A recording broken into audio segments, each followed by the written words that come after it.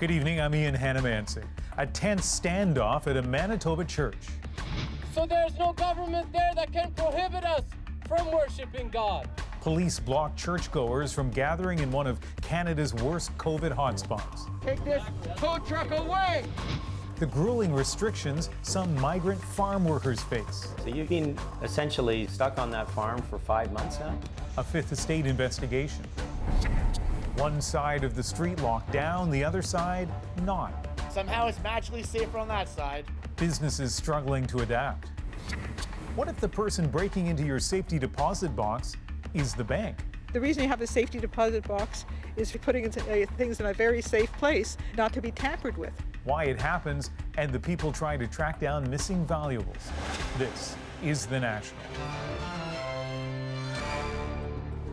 The latest tragic milestone, 12,000 COVID-19 deaths in this country. And it's not just the total number that's troubling, it's the rate. Only a month ago, Canada surpassed 10,000 deaths, but since then, the number of people dying each day has nearly tripled.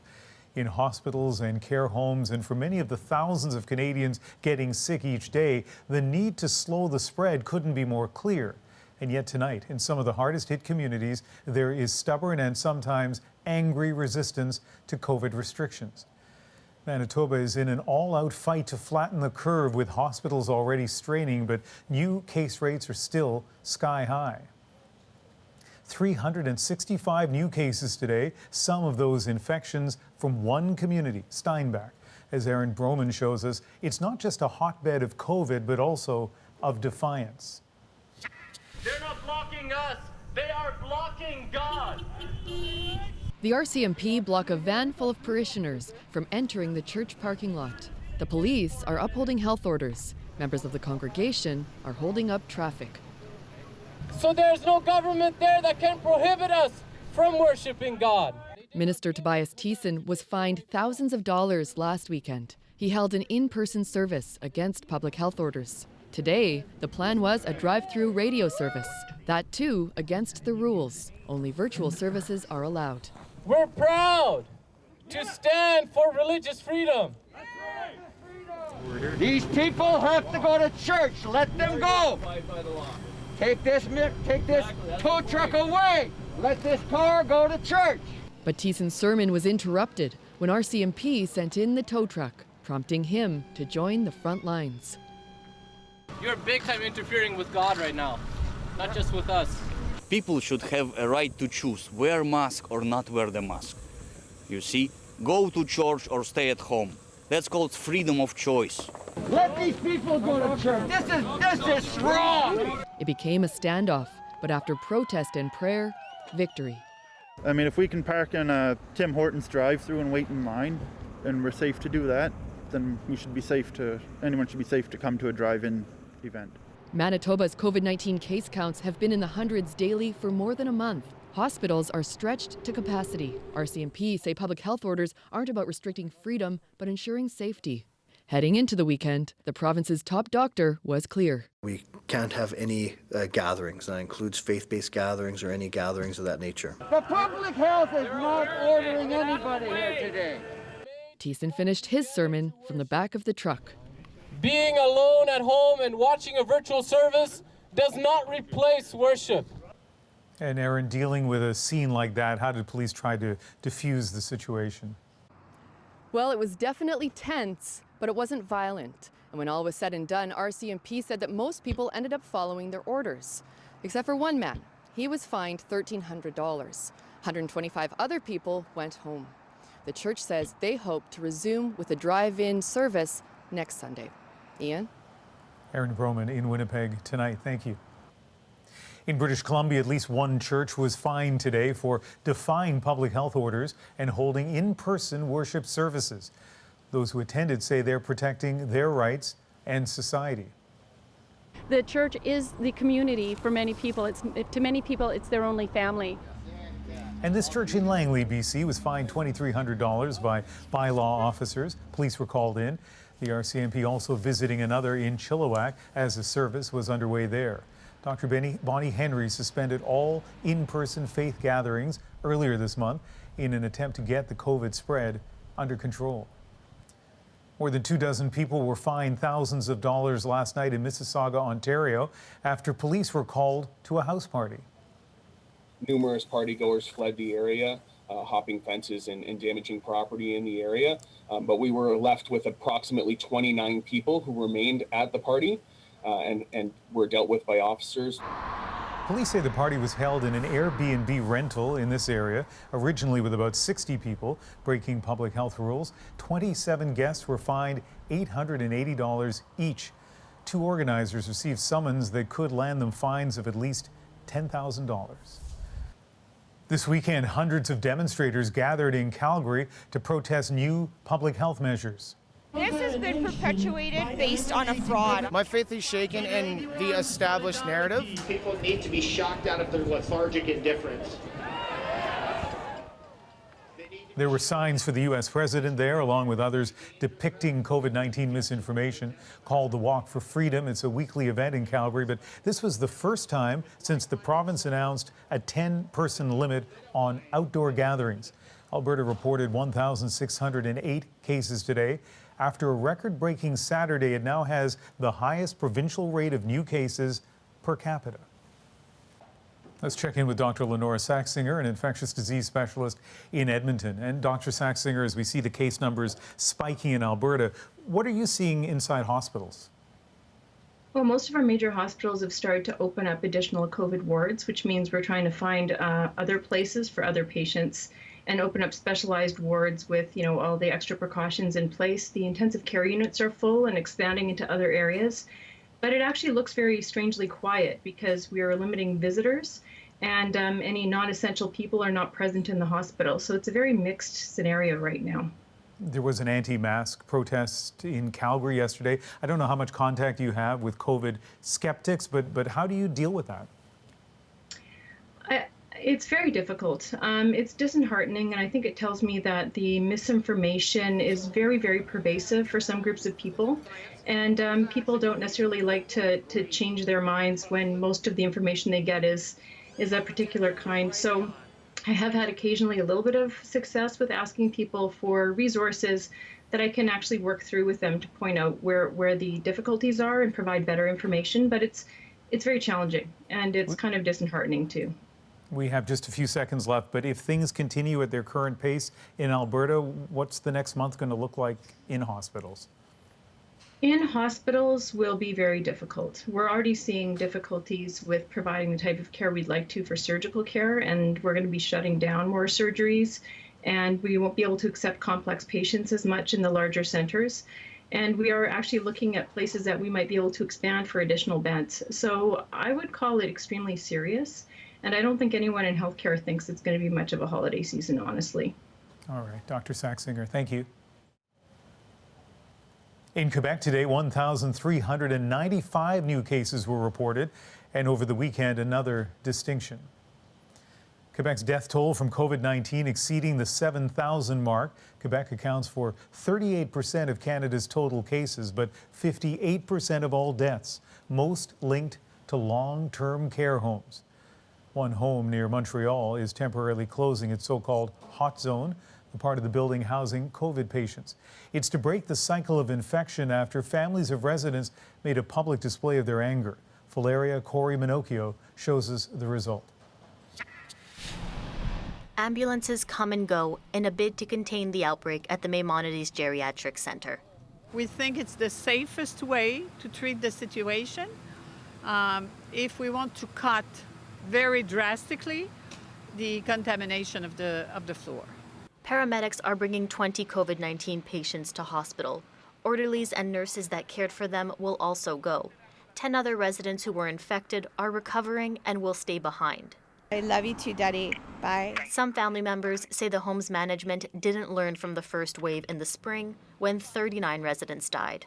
I'm sorry, they failed. They failed because we are here again. The local health authority calls this a preventative measure and says the outbreak could lead to a public health recommendation that COVID patients not be grouped together in small spaces.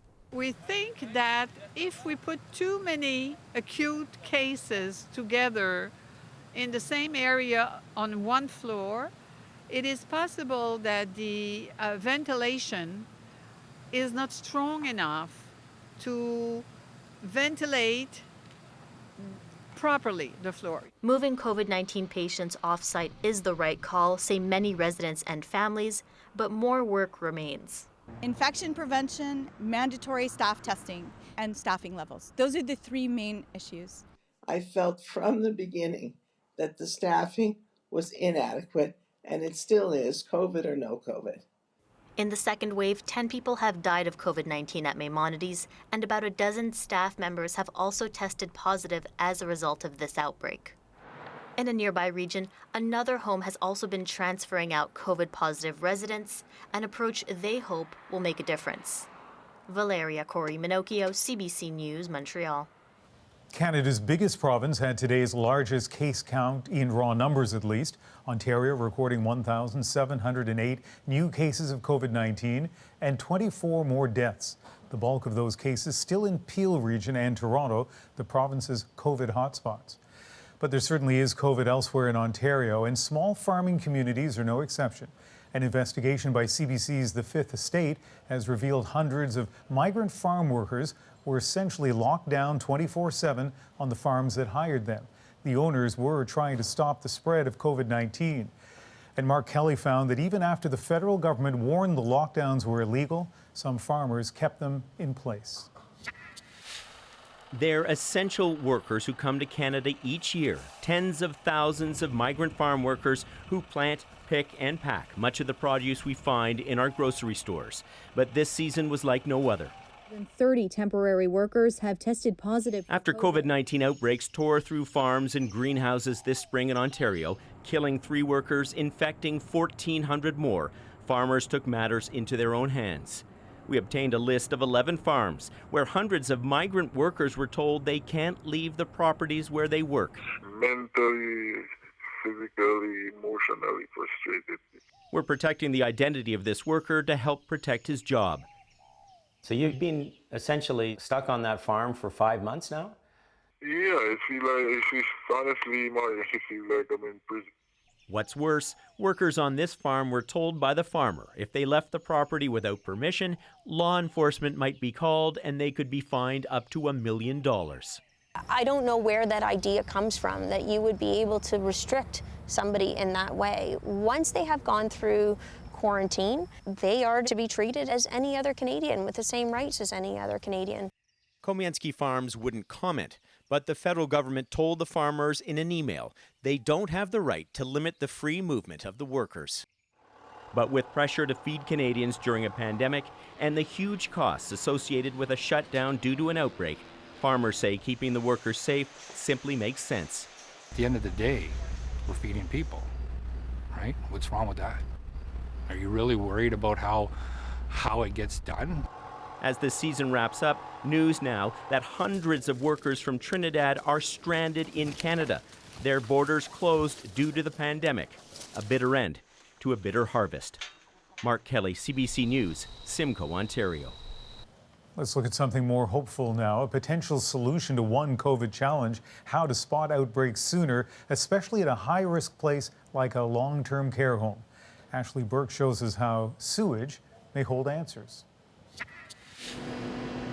Most COVID tests involve a swab going up your nose, but these researchers are looking at what goes down your drain, studying wastewater samples. Science they'll soon be using to try and help the most vulnerable. It could catch an early signal, so it could be like a smoke detector signal that things are starting to come online, things or outbreaks are happening. His team is getting their samples from this wastewater facility. It's allowed them to monitor COVID-19 levels daily from over 910,000 people in Ottawa and detected an early outbreak days before it showed up through regular swab testing.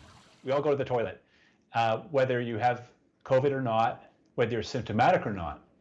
And so it's a way of doing a survey or census on everyone every day. Labs in 6 provinces are doing the same kind of work, but one of the pitfalls, the testing doesn't pinpoint the locations where outbreaks are flaring up.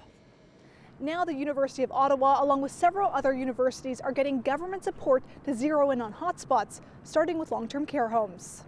88% of people who have died from COVID so far have been residents of long-term care homes. So this would be an opportunity to try to limit that outcome. Public health officials say tapping into the sewers attached to long-term care homes like this could help catch outbreaks early, in between the mandatory testing every week or two. It could also help conserve testing resources. It will be a way of monitoring the outbreak within a facility and knowing when it actually has stopped. And so it will offload some of those individual testing resources that we do, ideally. Testing resources that are sorely needed during the second wave, with a vaccine still months away. Ashley Burke, CBC News, Ottawa. Let's turn now to the growing debate over Canada's vaccine procurement. The opposition accusing the Liberal government of letting Canada fall behind other countries. Well, today, Rosemary Barton put that to the head of Moderna, which has already sold Canada 20 million doses. There was a lot of political rhetoric here this week about Canada being at the back of the line. What is your assessment of that statement? I think that Canada is not at the back of the line, but I can imagine that just like in the U.S. and everywhere else, this is a topic that will constantly be the source of political debate. And Conservative leader Erin O'Toole seemed more than happy to keep that debate alive today. At a short news conference ahead of tomorrow's fiscal update, he again said that Canada will have to wait for other countries to get theirs first. Canada is behind the United States, the UK, the European Union, Mexico, Brazil, India, and Indonesia. Is 1/3 of the population of the planet ahead in line for a vaccine? The opposition leader also cast doubt that tomorrow's fiscal update will do anything substantial to help Canadians even before it comes out. It will not be a plan for getting Canadians back to work, and it will not be a plan for helping shuttered small businesses stay open. So a dim view of the Liberal government's performance so far. For their part, the Liberals will do everything they can to convince Canadians the government is on the right track. For a look ahead at tomorrow's update, David Cochrane joins us now from Ottawa. And David, what can we expect? Yeah, we should expect Chrystia Freeland to table a summary of the COVID receipts to this point, all of the emergency spending that's gone out the door, and the cost of the support programs that are ongoing and are going to run until at least next summer. So in July, the deficit was projected at $343 billion. It has grown since then, so expect a projection even higher than that staggering number. So those are the receipts so far. What about new spending? Yeah, I think we can put new spending into three broad categories. First, expect new support measures for the hardest hit industries: tourism, hospitality, airlines, help for them in some form. Second, billions of dollars for stimulus and recovery that will roll out after the second wave to try to jolt the economy back to life. Expect investments in green projects, in housing, and in transit. Third, some down payments on big promises. Initial steps on national childcare, national pharmacare, nothing massive, just the beginning, because those are big permanent spending programs that have to wait until a budget and a better sense of what a post-COVID Canada will look like. Ian, what won't be there? A deficit reduction plan. That is also a post-COVID priority for this government. All right, David, thank you. Thank you. And CBC News will have special live coverage of the federal fiscal update tomorrow, starting at 4 p.m. Eastern on CBC News Network and CBC Radio, or watch online at cbcnews.ca. The chief of a Nova Scotia First Nation embroiled in a dispute over Indigenous fishing rights is reviewing a draft agreement with Ottawa. It seems very close right now. We're very optimistic, and we're happy to get that paper Friday night. And so the next few days is very big for us, and we're looking forward to that. Sachs says the draft agreement would allow the Mi'kmaq community to sell its lobster catch. Indigenous fishermen launched a self-regulated fishery earlier this fall, and that created tensions with commercial fishermen. For most of us, it's hard to think of a place more secure for valuables than a safety deposit box at a big bank. But as Rosa Marcatelli reveals for Go Public, they may not be as secure as you'd think, and we're not talking about bank robbers.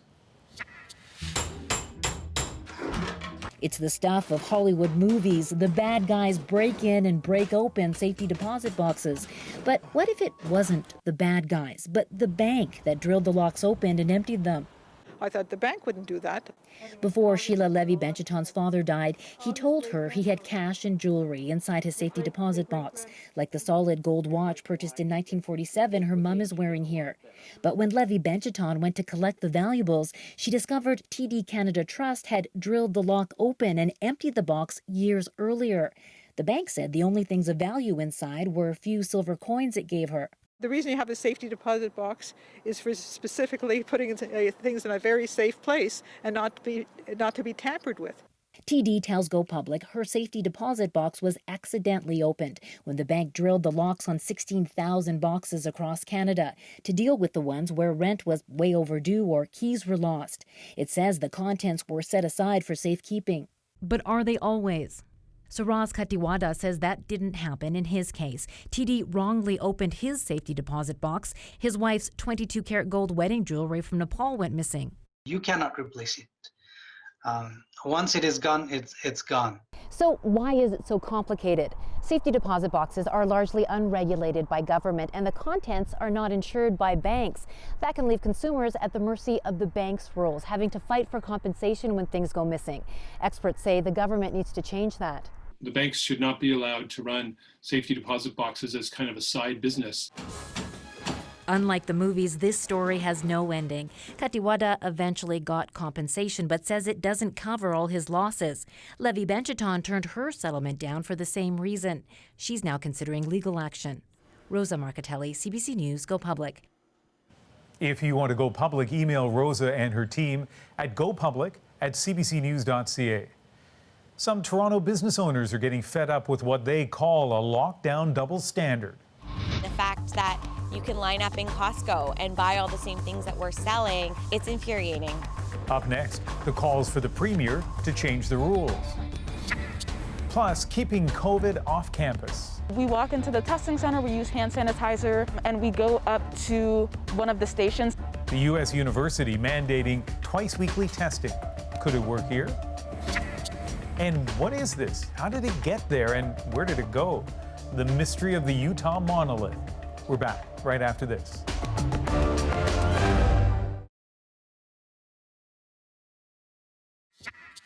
Now it's time for us to think collectively rather than individualistically. Think about not yourself wearing the mask. Think about the cancer patient in front of you or the person sitting next to you on the bus who could be immunocompromised despite their young age. Think about protecting them. That message today from a Toronto emergency room physician urging people not to let their guards down as she tries to combat both COVID and COVID fatigue. I'm seeing people think that their sore throat, their runny nose is the exception. Well, this is the bronchitis I get every year, doctor. This bronchitis could still be COVID. The brutality of this virus evident not only in the number of lives lost, but in how they're taken. This is a lonely disease. It is lonely to say goodbye to your family members through a video chat. I've seen it. I've been the one to hand the patient the phone, and you do not want this for your loved ones. In an attempt to control the virus, Ontario has locked down 2 areas, Toronto and Peel region. But as Natalie Collada explains, many small business owners say the rules favor big box stores over theirs. 2 months after opening her Toronto flower shop, Shannon Whalen's doors are locked. Her business, considered non-essential, became online only when the city went into lockdown a week ago. But big box stores that sell essentials remain open for in-person shopping, lineups and all. The fact that you can line up in Costco and buy all the same things that we're selling, it's infuriating. The Canadian Federation of Independent Business thinks so too. They're basically taking customers out of mere empty small businesses and pushing them into big snaky lines at big box stores. Last week, it sent Ontario's government a list of ideas for how to allow small businesses to reopen safely amid lockdown measures in Toronto and Peel region. Worried many won't survive if they can't. We're saying give us 3 customers at a time. That should provide loads of room for physical distancing, take the pressure off the big box stores. Other governments around the world have found different solutions than the one that is being used in Ontario. Manitoba's partial lockdown rules allow only essential items like food, winter clothing, and pharmaceuticals to be bought in store. Asked today if Ontario would consider making a similar change, the province's Ministry of Health would only say, "We continue to closely monitor the evolving situation to advise if and when public health measures need to be adjusted." Meanwhile, thousands of businesses like Wayland's in Ontario's lockdown regions continue to make adjustments of their own. It feels like we're being unfairly targeted and unfairly punished. I mean, small businesses are so important to Canada. They're so important to our economic landscape in Canada. Natalie Collada, CBC News, Toronto. Just north of Toronto is York Region, and running along the border of both is a single road that right now also straddles two different COVID restriction zones. Katie Nicholson takes us to the divide along Steeles Avenue. Steeles Avenue isn't just a busy road. It's a border between two municipal regions and two COVID restriction zones. Somehow it's magically safer on that side than over here. On the Toronto side, total lockdown. On the York side, business not quite as usual, but still bustling. It hurts looking across the street and seeing that mall fully open and stores the same size as my store, having people be able to walk into it and me having to sell my stuff outside. Daryl Spears has taken a 30% cut in sales since Toronto's lockdown came into effect. He's selling comics curbside, but he's losing out on browsers. Hey man, thank you. Be well. A lot of my business is a visual business. So you need to be able to walk around and look at stuff, and I'm going to lose all of that. Online works, but online only works to a degree. On the other side of the street, a different reality. We have customers that come in, they think that we're closed because they don't realize that just north of Steeles, everybody across the street, Center Point, they are closed. But there's a McDonald's on this side that is open, so it's super confusing because it's practically the same thing. So it is very strange, and it's honestly, it's sad. Steeles Avenue runs along some of Ontario's worst-hit neighborhoods, but the invisible lockdown line that runs along it can be crossed by anyone. And there are worries holiday shopping Torontonians are going to bring more than their wallets. They might also bring COVID. The numbers are going to go up a little bit. I mean, it's inevitable, right? If you have that many people coming over here, I mean, it's going to happen. But York Region says as long as people follow the rules, it hopes to avoid the fate of Toronto's side of the street. And so far, the infection rate data is on its side. The steepness of it isn't as steep as it used to be. And we have also found a reduction in our new hospitalizations. So 110.40 is your total. Good news for this cigar store, while this comic store braces for more tough days ahead. Katie Nicholson, CBC News, Toronto. When we come back, we'll take you to the Ivy League school where some students take 2 tests a week. We do 10-second circular motion on each nostril. So we're talking COVID tests, the $12 million solution keeping COVID off the Cornell campus. What lessons might Canadian institutions learn? Next.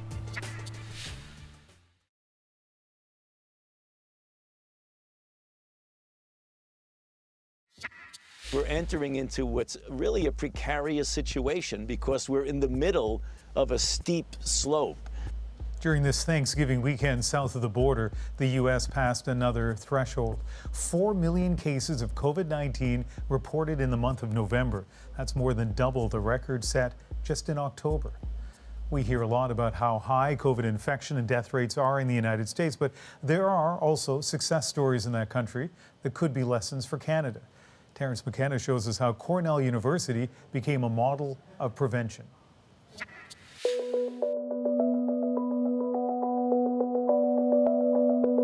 Cornell University in Ithaca, New York is one of the top Ivy League schools in the United States. When students arrive at the beginning of the year, there is a scene that is played out at colleges across North America. Goodbye hugs from anxious parents. Students hurrying to get settled into their unique lifestyle on campus.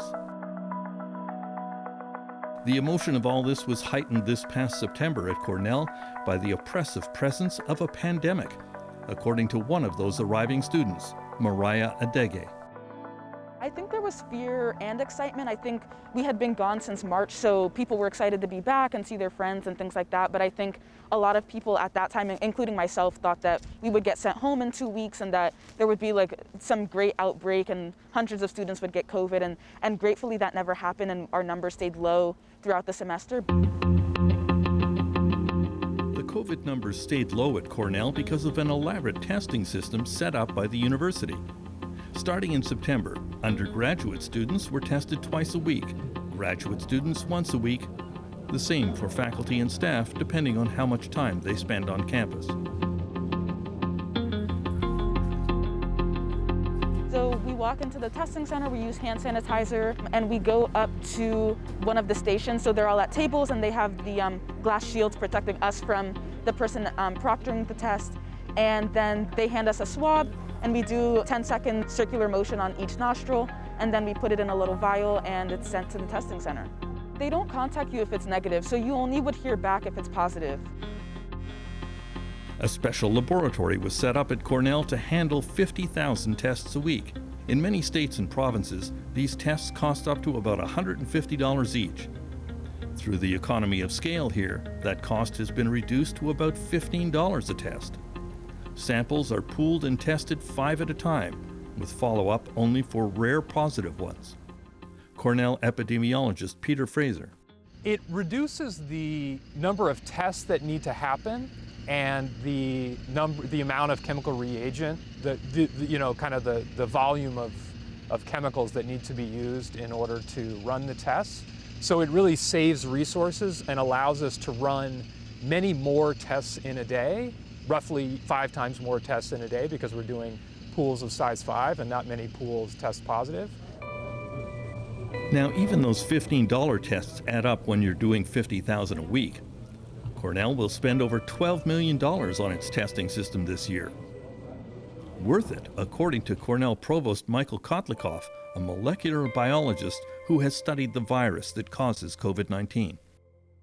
Well, SARS-CoV-2 is a virus that when people are infected, upwards to 80% of individuals either never show symptoms or very mild symptoms.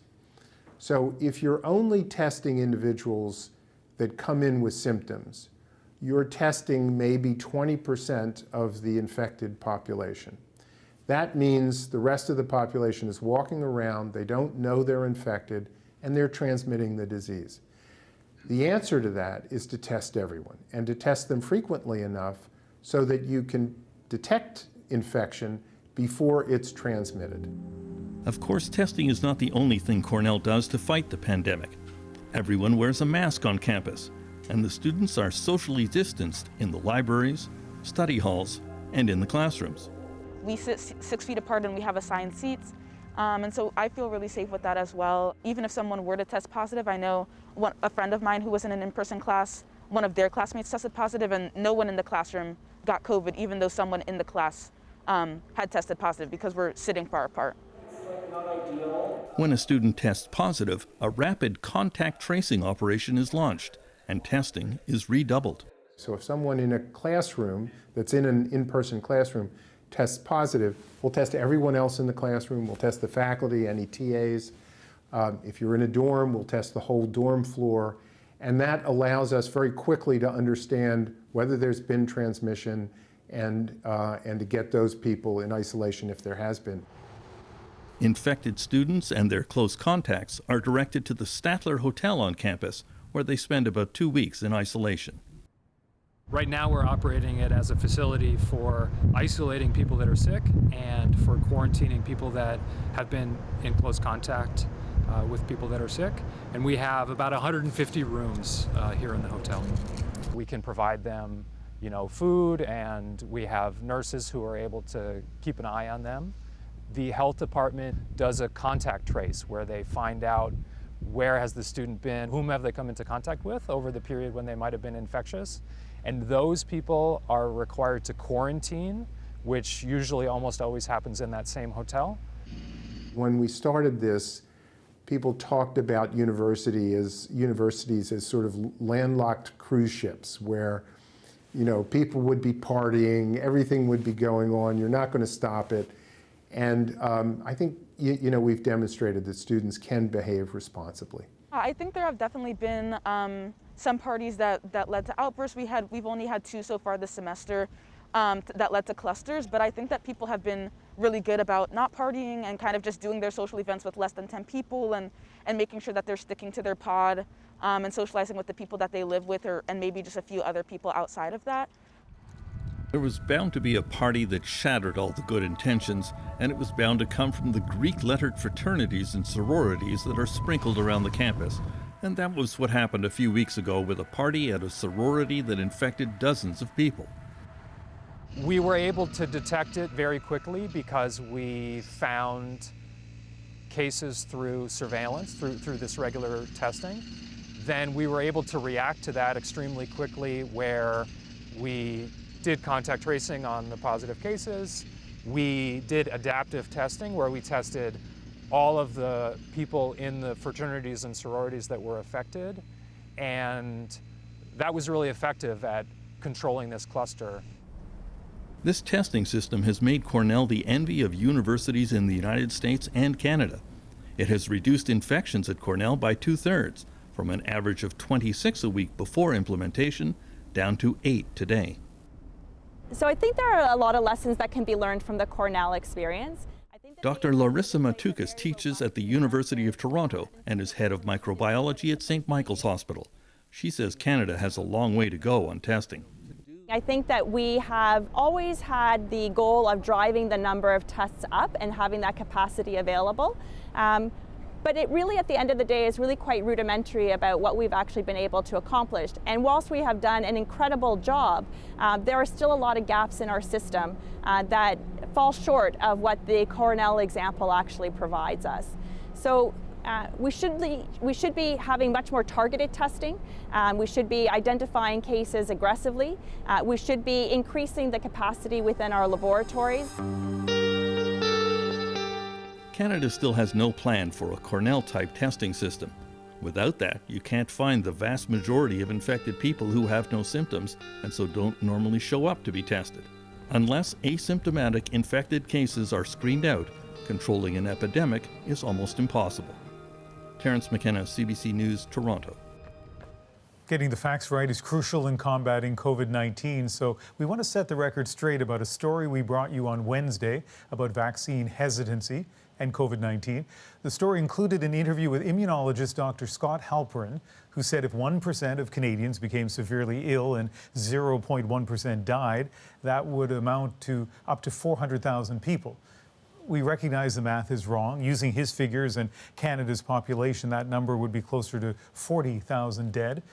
We followed up with the doctor who says he misspoke, he regrets the error, and so do we.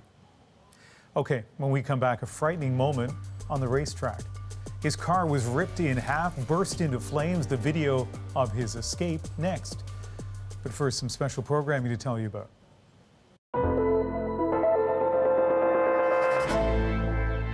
On Tuesday night, a special national event, candid conversations with Canadians from across the country. We've assembled a panel of doctors to address your issues about your health, your community, and your future. Send your questions to covid@cbc.ca and join us on Tuesday night. Adrian and Andrew host Confronting COVID, a national virtual town hall at 8 p.m. Eastern on CBC News Network and CBC Gen.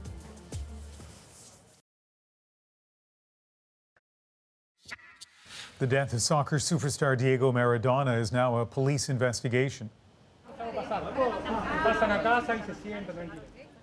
Police dropped in on this man, neurosurgeon Leopoldo Luque, and seized medical records. Prosecutors say they thought the searches were necessary after interviewing the soccer legend's relatives. Luque denied any responsibility in the death. U.S. President-elect Joe Biden is recovering tonight from a hairline fracture in his right foot. He took a spill while playing with one of his dogs this weekend. Biden's office says he'll likely need a walking boot for several weeks. He got a get well tweet from Donald Trump.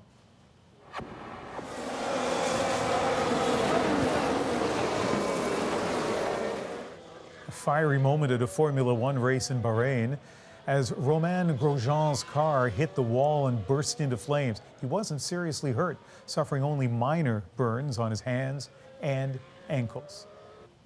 With more migrants than ever landing on British shores, France and the UK have now agreed to double patrols on both sides of the channel. It's hard to overstate the sheer scale of the influx as thousands risk their lives crossing the dangerously choppy water. Renee Filipponi takes a closer look. The quiet morning calm belies a danger that unfolds all too often on the English Channel. Not far offshore, a border patrol boat scans the horizon. It's looking for this, small boats bursting with migrants crossing from France to the UK. Nearly 8,000 people have made the journey this year, close to 4 times the total of last year. This has become a very dangerous route into the UK that's being exploited by human smugglers and traffickers. It became deadly late last month when a boat capsized off the French coast. A Kurdish family of 5 fleeing Iran died. Now coming across This former border force chief says the government has vowed to crack down on smugglers. The UK government's stated intention is to make this route unviable. It will no longer be viable for people to do this, to come via the English Channel in small boats. And that's why we are continuing to work very closely with our colleagues on the French side. Because of the increased numbers this year, hundreds are being housed in facilities like the old military barracks in Folkestone. It was home to Canadian troops during the First World War, where the area served as a staging group for tens of thousands, before heading off to fight on the Western Front. Now, more than 100 years on, advocates for migrants say they are run down and overcrowded. We'd like to see people move to appropriate accommodation. We'd like to see claims being processed really quickly. We'd like to see people arriving who've claimed asylum have the right to work. Go back! Not everyone in the community agrees, and it's led to tension. This barrack should be housing our homeless veterans, not illegal immigrants. We don't want you here! For weeks, protesters have been a disruptive presence, yelling at migrants to go home. Many of the people arriving are desperate and fleeing dangerous conflict zones in places like Iraq, Yemen, and Syria. I've made it after almost 2 months from leaving Syria. Ahmed al-Rashid's journey 5 years ago was documented by the BBC. He crossed the channel in the back of a truck organized by smugglers. Today, he recounts just how dangerous it was. After like 7 hours, we all started to suffocate because total darkness, no air, we couldn't see anything. But he says it was worth it. His family joined him once he was settled. He wants people to understand why so many make the risky journey. I wanted a place for my children to grow up where when I go to bed, I don't have to worry about them, being bombed or shelled or killed or kidnapped or raped, like what happened in many places in Syria and in Iraq. Refugees are welcome here! And it's empathy for stories like his, which drew hundreds to a welcome rally outside the barracks in Folkestone, determined to counter the anti-migrant narrative. I feel like it's very important to welcome people to coming to the country, just to make them feel safe. A message of support for the dozens of new arrivals waiting to find out if they will be able to call the UK home. Renee Filipponi, CBC News, Folkestone, England. When we come back, the mystery of the monolith. So is it solid? Not solid. Sounds a little Our moment is next.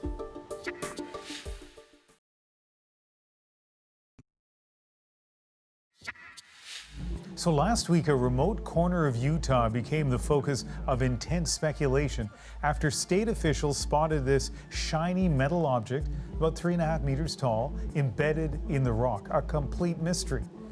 Explanations range from experimental art to aliens, but the so-called monolith has made news again by vanishing, and state officials again say they have no idea who's responsible. One of the last people to see it, Utah resident David Serber. His theories about the strange object fuel tonight's moment.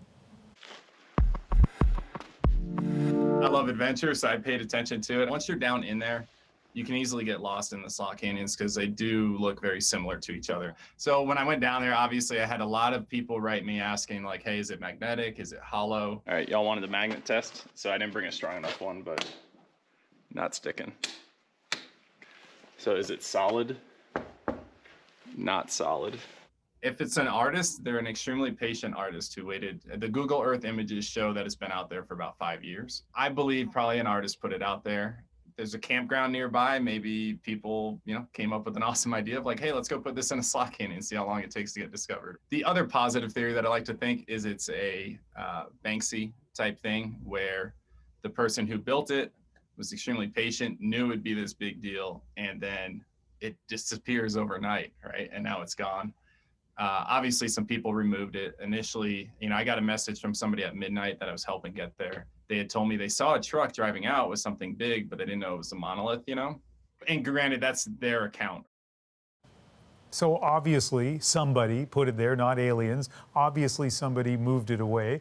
And as remote as it is, the Bureau of Land Management apparently doesn't want to reveal where it is. As you heard, it's actually not far from a campground. And just so you know, kind of pull the curtain back for a second, we debated this morning at our news meeting where it sparked a question, what would win in a battle, dragons or helicopters? That's the kind of day we had. That's The National for Sunday, November 29. Good night.